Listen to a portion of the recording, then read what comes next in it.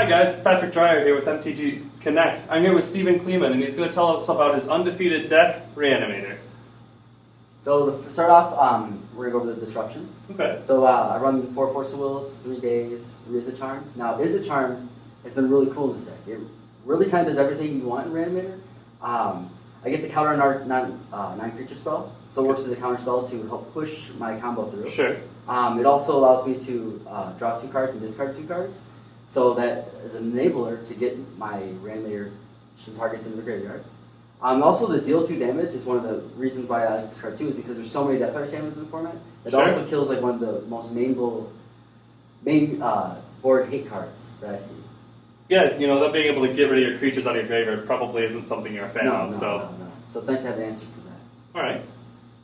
So here's my reanimation spell. So 4 reanimates, 1-drop reanimation spell. It's amazing. And then I have my Exhume. So and then I have my 1 animate. So 5 reanimation spells. So now, is the reason for the 1 Animate Dead, is that, does it get around certain removals or things, or is it just that you really felt you needed that extra reanimation spell and this is just the best one available? It's really exciting, the extra reanimation spell, and this was just the next best one. Sure. This. So sometimes I ran Show and Tell there, but in this list I wanted to be a little bit faster. Sure. And this was the faster one. A little more all-in? Yeah, a little bit more all-in on this one. All right. So here's some of my enablers. So this is some of the ways I get creatures into the graveyard. So I have the 4 Careful Studies, so that's the way I can just draw 2, discard 2 for 1. Sure. And then I have my Entomb, which actually is like the toolbox. Like I can just grab the creature I need depending on the matchup. Okay. So, and then my Hapless Researcher. So this is the card I'll sometimes play Jace in this spot. But I have ran Happy a lot this year as well. Happy's cool because he actually can turn reanimation spells into discard spells and draw. So it's like I can just reanimate Happy, and then discard them, and then draw a card and discard a card. So sometimes if I have a hand with like 2 reanimation spells in it, and I still need to get a creature in my yard. Sure. I can just reanimate my Happy, get my creature in my yard that way. There's some cool plays you can do with it. Yeah, that's neat. So now, and the reason you're running Careful Study over Faithful Sleeping is just because you're not running red, I'm guessing? So I am running red in this list, but actually Careful Study is nice because it pitches the Force of Will. So that can okay, that's a fair consideration, yeah. Absolutely. So here's my reanimation target. So I'm running the 4 Griselbrand, I'm running Grave Titan, Tidespout Tyrant, Iona, and Elesh. So I like running this week because a lot of these are in there for particular specific matchups and situations. Okay. So the Griselbrand's like usually my #1 target. Sure. Pay 7 life, draw 7 cards is amazing. Allows me to reset up for another reanimation target next turn. Right. Also allows me to fight combo decks because I can draw 7 cards and get my Force of Wills and my Dazes to fight up those battles. Makes sense. Grave Titan is really great against Iona. I also like him because it's a non-legendary creature. So he works really well against Crocus. Sure. And if I have a Force of Will in hand, I can fight their, or an Izzet Charm, and I can counter their removal spell for him, he will just win the game really quick. Sure. Tidespout Tyrant was something I actually was unsure about at first, but it's actually I love this card. I don't see how I can pick this out. It's how I just beat all the weird situations. Okay. So in Snaring Bridge, this guy just bounces that. Against lands, he bounces the Merit Leech and makes that matchup really easy for me. Sure. And there's times where I can just get him out really quick and then just make sure my opponent has no lands by just playing the spell every single turn. Iona just hits all the mountain color decks. I've played this against Burn named Red, played this against Elves early, Saint named Green, and it's kind of blew off. Elesh Norn just is a blowout against certain decks as well. So you can get this against Infect. They usually don't have an answer for it. So and they lose all their creatures. You get this against Elves as well, and it just kills all their creatures. So yeah, and then when you get it against Delver, I've used it as a board sleep against Death and Taxes. It has a lot of utility there. Now I know 8 is a lot more than a lot of people are running. Yeah. If people are considering this deck, which one of these would you recommend cutting or consider cutting? So I've oftentimes seen people cut the Iona because it's a little bit more narrower. Okay. But I do like it because it actually Storm is relevant, so it actually hits black against Storm and does really well. But I've seen people cut the Iona. I've sometimes seen people cut the Grave Titan, and I've sometimes seen people go to 3 Griselbrands. But we're still running the generic, this week. And now, correct me if I'm wrong, I've actually seen you cast Grave Titan before. Yeah. Something that is an advantage of him is he's hard but castable. Yeah, so Griselbrand's 8 mana, which the extra 2 is a huge thing. The fact that this deck's gonna run Lotus Petals, like you'll see later, makes Grave Titan actually castable, which is really nice to get around some of the hate. So cool, next slide.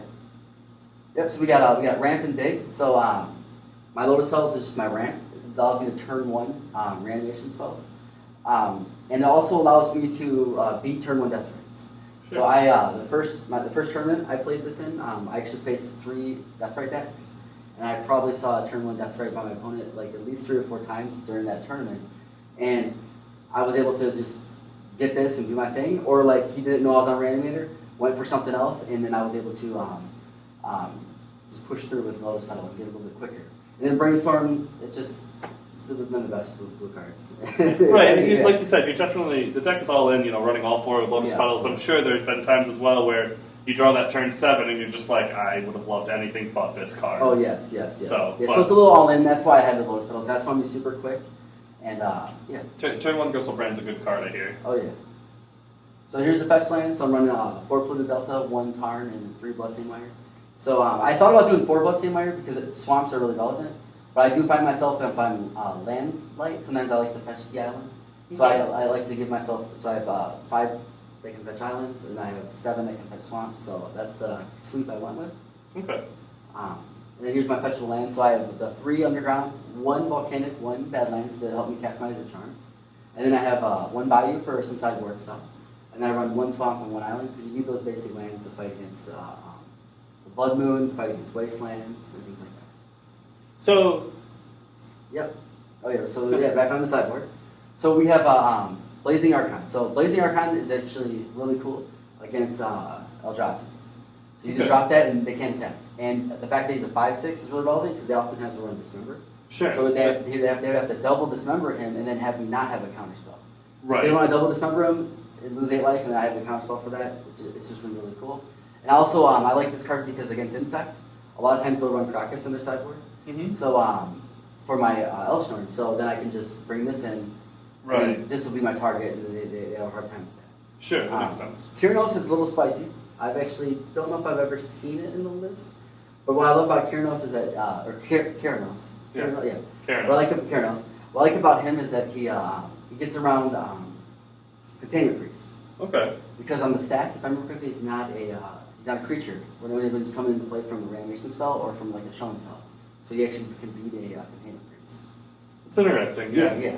So, and what I like about him too is you can't destroy him with like Swords of Plowshare or the board sweeps like the Miracles brings in. So he comes in against all white decks that run Krakus. I get him out early. He allows me to turn into a grinding deck where I'm actually able to draw some cards if I flip the land, and then just bolt away their creatures and then bolt away their life total. Yeah. So I've actually had a lot of success with him, and I'm actually considering even trying to somehow maybe get him in the main. Okay. The 1 Pyroblast is just because it counters a lot of the counter spells, and it kills things like Delver. It can kill it, They got a Jace, and there's just a lot of utility there. Just a great red card. Yeah, just a great red card. So the 3 Show and Tell, this is a card I actually didn't run at the beginning as well, but then there'd be times when like somebody laid a big arcade against me, and then I was like, okay, I need to get my reanimation spell, I need to get my creature in the yard, and then I need to bounce this thing.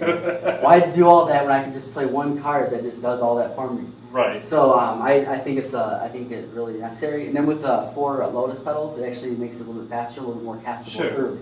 Sure. So I really like that. And then the Pithing Needles. Pithing Needles are really good against Krakus. I can name Deathrite Shaman with that, and then it also hits like Wasteland's a little bit less, but yeah, Krakus and Deathrite are the 2 like kind of most relevant things for the Pithing Needle. So, yep. And then the Bayou was in the deck for the Abrupt Decay. I need something for the Miracles matchup. Sure. Because a lot of my spells in here are 1 and 2 drops, so they get counterbalance top.